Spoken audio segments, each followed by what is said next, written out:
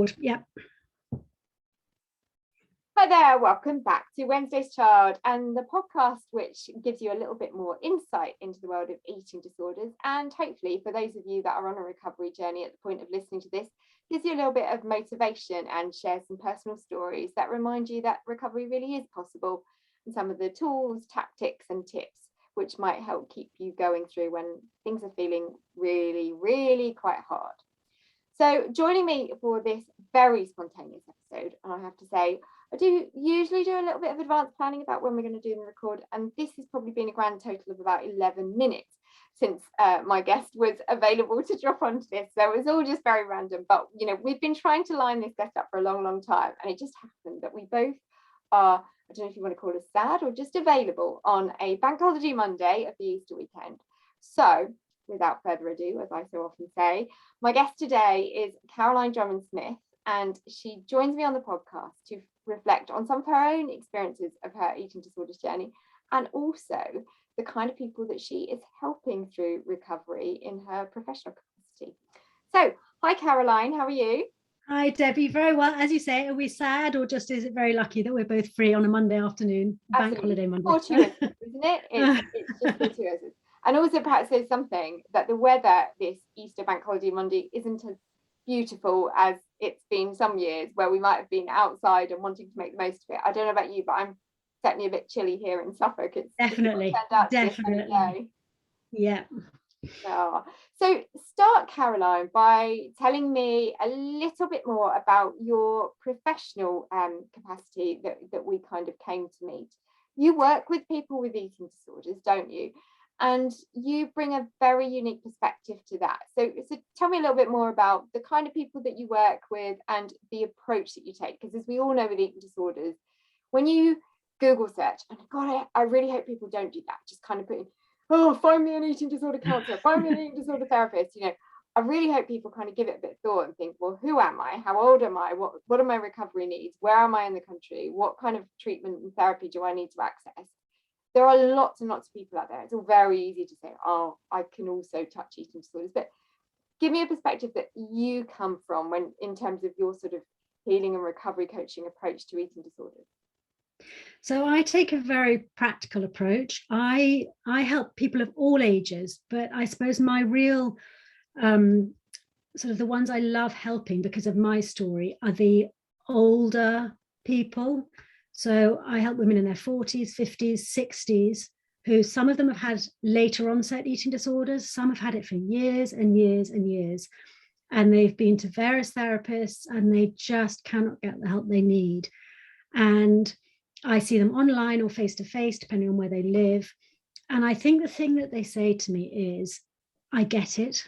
And they finally have found somebody who gets it. It's the empathy, isn't it? It doesn't matter what letters you have after your name. No, and it's, you know, I am a qualified eating disorder therapist, I'm a health coach, but I get it because I had anorexia for 30 years and I'm now fully recovered. That's just amazing. So yeah. You're, you know, full disclosure, you're in your mid-50s and I'm 55. Yeah.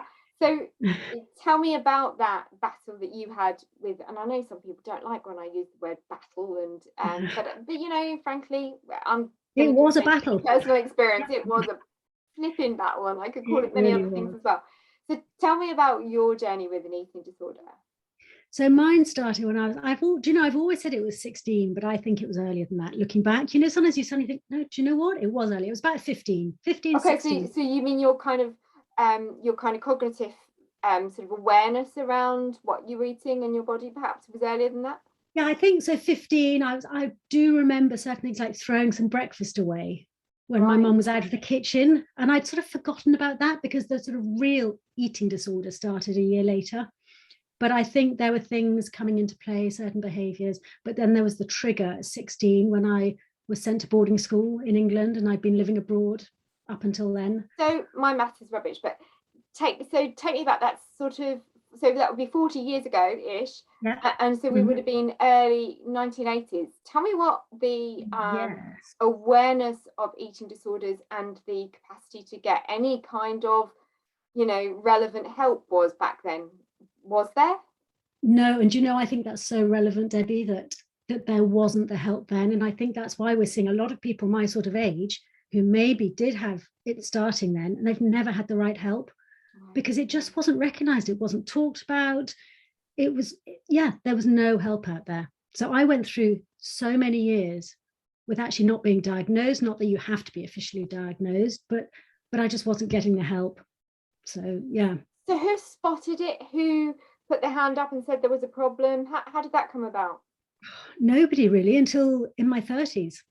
So I had 20 years. Yeah. So, I mean, obviously people knew I'd lost weight, I wasn't eating properly, but it was never addressed. And whether that was because of my family and the relationships in it, it just wasn't addressed at all, which is so were you seen crazy. As Caroline the problem eater? It was never, it wasn't even talked about that much. I mean, even to that extent. I think I had arguments. I remember having arguments with my father, so it must have been slightly, but I think I've got a slight memory block on it, which I think a lot of people with eating disorders do. I can't really remember what was said. Well, I remember some fights about, I remember going to play squash with my dad. He stopped halfway there and he said, you need to eat this cake if you want to play squash. And I refused. So we ended up going back home again because I point blank refused. So there were obviously things that, were, my mother to this day has never mentioned the word, which is crazy. Yeah, I mean, but that's a whole other story. I think family members deal with it however they need to. I think some get very angry, very vocal, and they've always got something to say about it. And some feel hurt, maybe betrayed, maybe a sense of guilt, or just utter frustration. And not everybody can articulate that, can they? No, and I'm not putting blame on anybody. I'm really not. And everybody has to deal with it in their own way. But yeah, so I just sort of muddled through. And I went through. By your 30s, what had you been successfully dating, got married, had children? I'm married at 23, which is just so young, but I'm still married to the same guy. So it obviously was right. Congratulations. I think that serves a congratulations. It does really. 32 years, coming up to 32 years. Wow, I had my first child at 26, and then I had twins when I was 27. But I had to be on. We do a bit of prying here, but I think it's kind of relevant. Any issues that then at that point suggested that your eating disorder had had an impact? So by the time you were kind of going into conceiving and childbirth, or? Yes, I had to be on fertility drugs. Carried baby, so I couldn't get pregnant, couldn't carry them. I was in hospital because they weren't growing properly.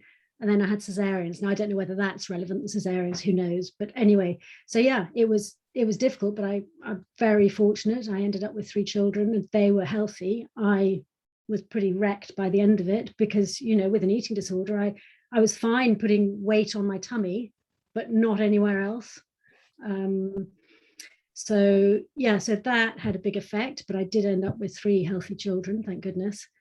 But yeah, through my marriage, I mean, until my mid-30s, when because I had sort of, it went up and down. There were times when it was sort of okay, but the behaviors were there. Always, eating disorder, it was, always anorexic. But there were times when I was that minimum weight where people weren't overly concerned. It was just, you're naturally thin, you're so lucky, that sort of comment. Do you recall feeling any level of sort of almost frustration or wishing that people did notice you more at that point, or kind of knowing inside that actually, I'm in the grips of my illness, but because my body weight's better, none of you are noticing, and I'm screaming from the inside, but just barely existing? Do you know? No, because I think I had come to the point where I thought this is just my life. Wow. And it had become so safe. Yeah. And I was too terrified to let go of it. So we would refer that, I guess, to functioning anorexic. You were managing as a wife, as a mother.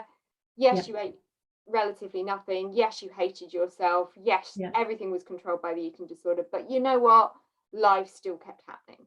Yeah.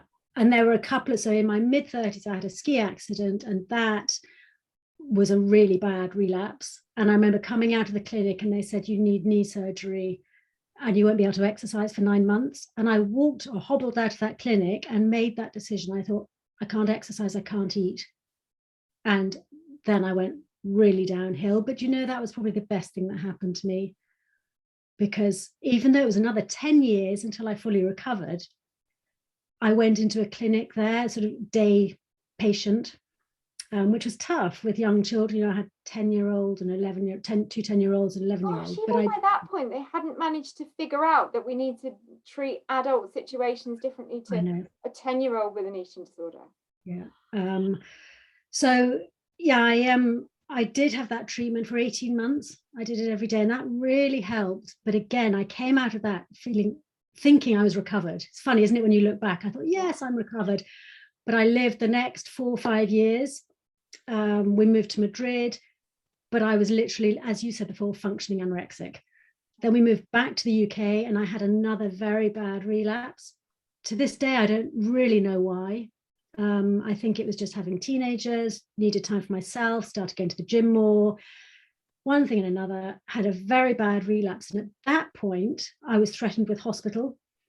And I said, well, there's no way, you know, I would escape. I would have done. There's no way I was going into hospital. You know, as an adult, like you said, you know, I was 45 by that stage. I thought, I'm not going to be put there with a bunch of teenagers. That just would not have worked. And, you know, one day I woke up and I thought, I'm sick and tired of being sick and tired. It was as simple as that in one way, but obviously after the recovery wasn't simple. But I just thought, I'm done with this. I'm absolutely done. So by that stage, it had been 30 odd years of it. And I thought, I'm going to get better. And I think because of that 18 months I'd done in that clinic, I had the tools already. Right. So I used those tools. Now, looking back, I wish I had had support, which is the sort of support I now give to other people. I wish I had had somebody, I mean, it sounds awful to say, but somebody like me in my position who's been through it, who knew what I was going through, just once a week to even talk to them and say, I'm really struggling because, you know, yes, I could eat, but it was the body image that was so difficult for me, that accepting my new shape, because I'd lived for 30 years in this false body that wasn't natural.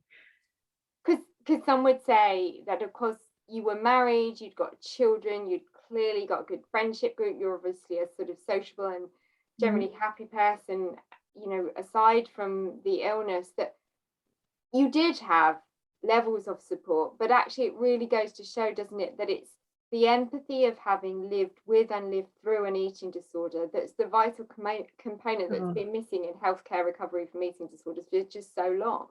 It is, and it's so lonely. I remember feeling so lonely. As you say, I had my family, I had my friends, I had a great life, but I was so lonely because nobody got it. I couldn't talk to anybody about it. And that was really tough. Trying to get better on my own was really tough, but I just, because as I said, I just had it. I just didn't want that bloody eating disorder anymore. So what was it? Just a daily battle for what, a number of years? It was, yeah, I'd say it took 3 years, really. And then I always say recovery is the gift that keeps on giving, because I think, you know, you think you're completely better, and I was so much better. But like I said, the body image was a real struggle. And I don't think, you know, I don't know many people, to be honest, who look in the mirror and go, whoa, I love what I see. But it's a question of accepting it, isn't it? You think, yeah, that's me, I look fine today, and you move on because there are far more interesting things to do than to scrutinize your body. You know, there's a life to live. But to get to that point took longer than the physical recovery. And as you say, I think it's then that you go through life's encounters, don't you, that you then, quite out of nowhere, you get to realize how much further you've come. It might be that suddenly for the first time you enjoy a romantic meal without thinking, I can only order this if he orders that, or, you know, I'm really worried now because he's got this on his plate, or I can hear that noise over there and that's really putting me off, so I'm just not going to eat, or going on your holiday for the first time and just not caring if you come back on the plane several kilograms heavier, because you know what, you've had a really nice holiday. And I think sometimes we think we're recovered until we do the next celebration or the next event that reminds us, shit, a year ago I couldn't have done that. I couldn't have done it with the joy and the spontaneity that I can today in recovery. Yeah. And you know, it's funny you say that. Just this Saturday just gone, my husband and I took our eldest son out because he's just moved abroad, took him out for supper to a restaurant we've been to before, but they've changed the sort of menu, and now it's just a 5-course or a 7-course menu. Now, 5 years ago, I would have freaked at a set 5-course menu. You know, you couldn't choose. I think you could choose meat or fish for the main course, but that was it. That was the only choice.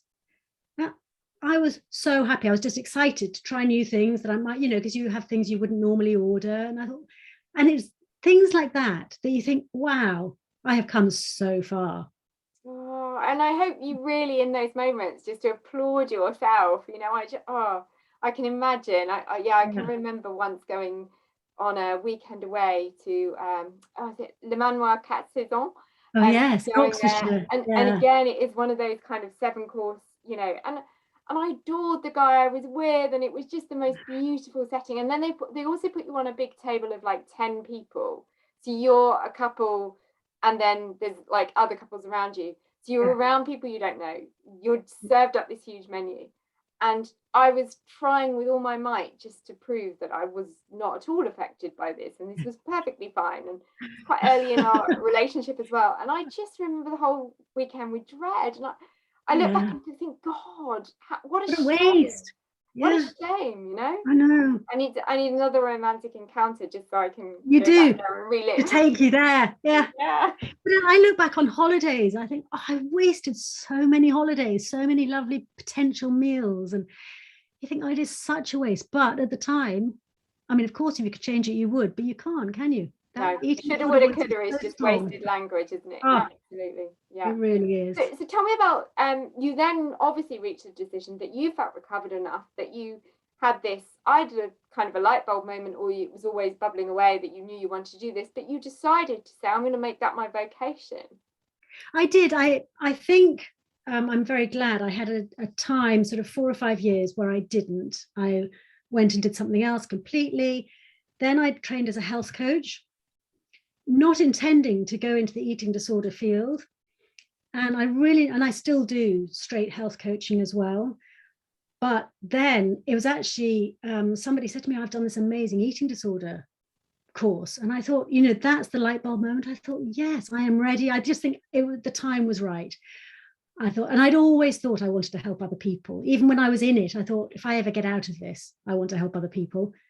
But I think I knew I had to have been recovered for a certain amount of time for it to be safe, because you know as well as I do, you know, you cannot be triggered by anything. You can't, you know, you've got to be on such solid ground of your recovery in order And to help. that goes back to what you said before about sometimes you can think you're recovered and you're not really. And I think, Yeah. you know, we at Wednesday's Child really try and scrutinize those that approach us about being befrienders. And they say, I'm sure, you know, I think like last week I decided that I was going to get well. So I'd really like to be a befriender. And we kind of go, oh, well, the thing is, you know, Give it a it's bit of well time. intended. But do you want to just see what it looks like next month and 6 months from now? But, you know, there are things that are naturally going to be triggers in that initial phase, aren't there? So I think, you know, you certainly did the right thing to give it a period of time. Yeah. So now you operate under the brand of Zest Health Coaching. Yeah. And you do a mix of online and in person. I do. I mean, it's majority online now. I mean, that is one of the advantages I think everybody's found of lockdown, that we've realized that you can do it online. So I've got people abroad, I've got people all over the country, and that works really well. And then if people do live locally by chance, they come to the house, which I love. I do love the face-to-face. Wonderful mix. But also, I think what I've discovered through Wednesday's Child is that actually, while we do see some people like local to where our different associates based are in the UK, I also know that for some people, those early stages into kind of attempting recovery, it's easier not to know, or easier to know, that you aren't going to have to go and drive to somebody's property or clinic or home and sit with them in person. Is almost a slight distancing. And I think we'd all admit in those early stages of recovery, you're kind of looking for any excuse not to show up. So actually the online kind of medium has worked well, I think, as an introductory for some people. So I think it works well for your clients as well. And I think, you know, they're only head up or neck up, so that with eating disorders can help. They don't feel you're looking at them, because that's what you feel, don't you, when you've got an eating disorder? You feel people are scrutinizing you and you feel very self-conscious. Of course, yeah. And as you say, you do a lot with women sort of 40 and up. Yeah, I do. Typically, what sort of work are you kind of doing with them? Because as we said at the top of the episode, that there are different approaches to therapy. What different techniques would you say you like to focus on? So I don't do numbers. I think they are, just the devil's work, really, weighing food, weighing your body, counting calories. I really, as soon as I can, I get my clients off all of that.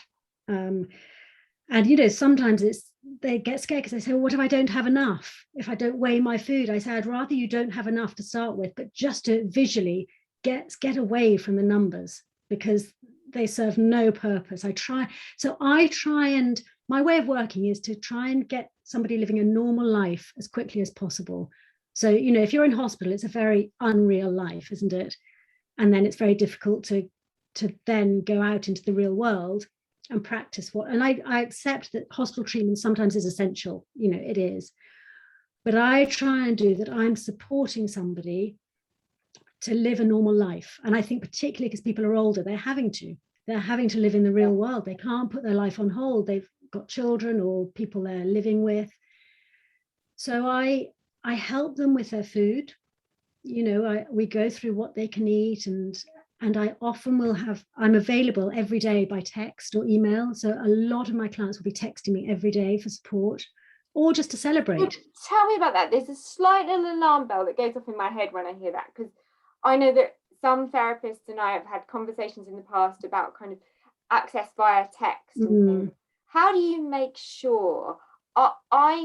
I'm always very alert to the nature of some people in eating disorder recovery to become codependent on their coach or their therapist or a counsellor, to the point that when actually they should be starting to gently extricate themselves from that relationship, they feel that they can't, and the texting continues quite incessantly, which can either cause a behavioural problem or a relationship breakdown on either party or both.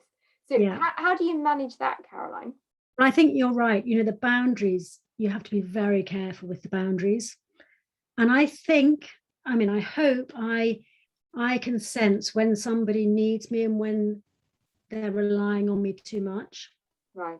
And it does seem to naturally happen. At the beginning, they'll often want the support a bit more. And sometimes, Debbie, it's not even support, it's just celebrating, saying, look what I managed today. And, one of my clients texted me the other week and said, I managed that full biscuit. Now, if they'd said that to their mother or to their wife or to their husband or partner or whatever, it's no big deal, is it? Not at all. And in actual fact, you probably get the even less helpful remark like, well, you should have been having 10 of those. Exactly. That's nothing, or, I thought you were having them anyway, because they lie anyway, because you do, don't you, when you've got an eating disorder.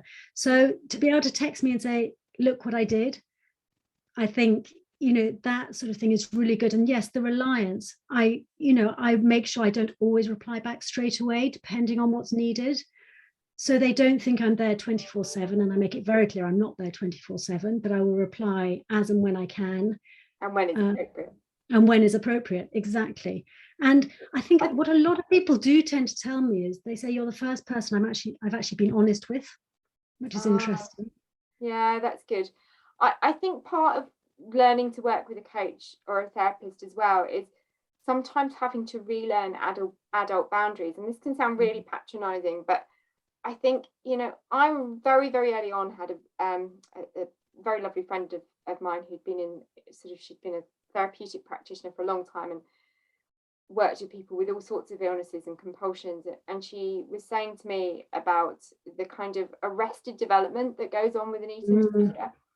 And I think sometimes, no matter what age you succumb to an eating disorder, you do very quickly revert to what are sometimes cognitive functions and behaviors that are more akin to childishness and, perhaps kind of teenagedom, which can be inappropriate. So learning your boundaries around, actually, if I'm going to contact this woman at midnight and say, I really need your help, I can't sleep, would that be an appropriate boundary as an adult? And I always try and encourage people to think, we as therapists, recovery coaches, befrienders, whatever, we're always there wanting to support and empathize, but we're also at the same time, it is our job to push back a little on occasion and say, let's have a think about this.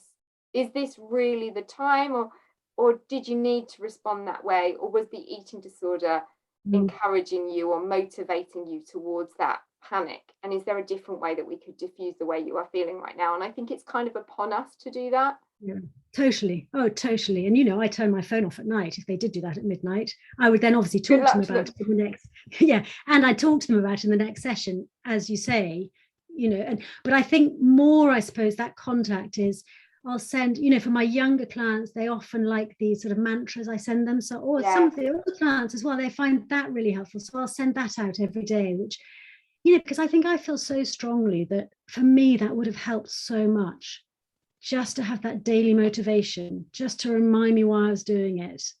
And they don't reply to me, but sometimes they say it really helps just to get it. It's that positive buddy on the shoulder, isn't it? It is. Especially when I don't know, that they're due to go into work for a tough day, or that this is the first day they were going to embrace 3 meals and 3 snacks, or this is the first day they've given up on laxatives, or that they're doing no exercise. Exactly. Those sorts of moments when it's going to be that much tougher. And for me, I whenever it is, I get those kind of WhatsApp messages of someone sitting on a park bench on their lunchtime, eating a spontaneous sandwich that they bought from the local cafe, because they know someone's watching, or because they feel they've had to do it in front of a mother, father, whatever, but because for the first time they've picked something without overthinking it, and they've sat there on that park bench and they've done what's right for them. And those are the kind of joyous moments. Or I had one a few weeks back from a mother who had taken her child to a playground, and the child was 3, I think, but she said this is the first time when the ice cream van has been parked at the edge of the playground, she had also sat down with the child and had an ice cream. Wow. And you think, wow, another experience in motherhood. But you do that because that's what recovery means for you, but also for the relationship with your child. And I love the pictures like that. I'm a bit of a sad schmuck when I get ones like that.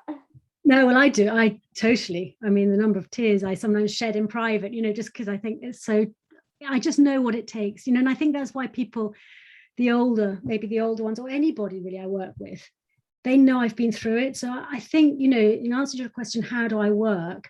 I'm slightly unconventional because I've been through it. I sense what other people need, which isn't necessarily conventional therapy. It's that support, it's that understanding. And, I will challenge. I am not a soft touch at all.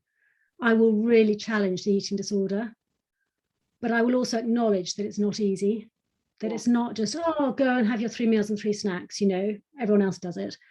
And that's what the book says you should do. I know how much that's going to take for somebody to do that.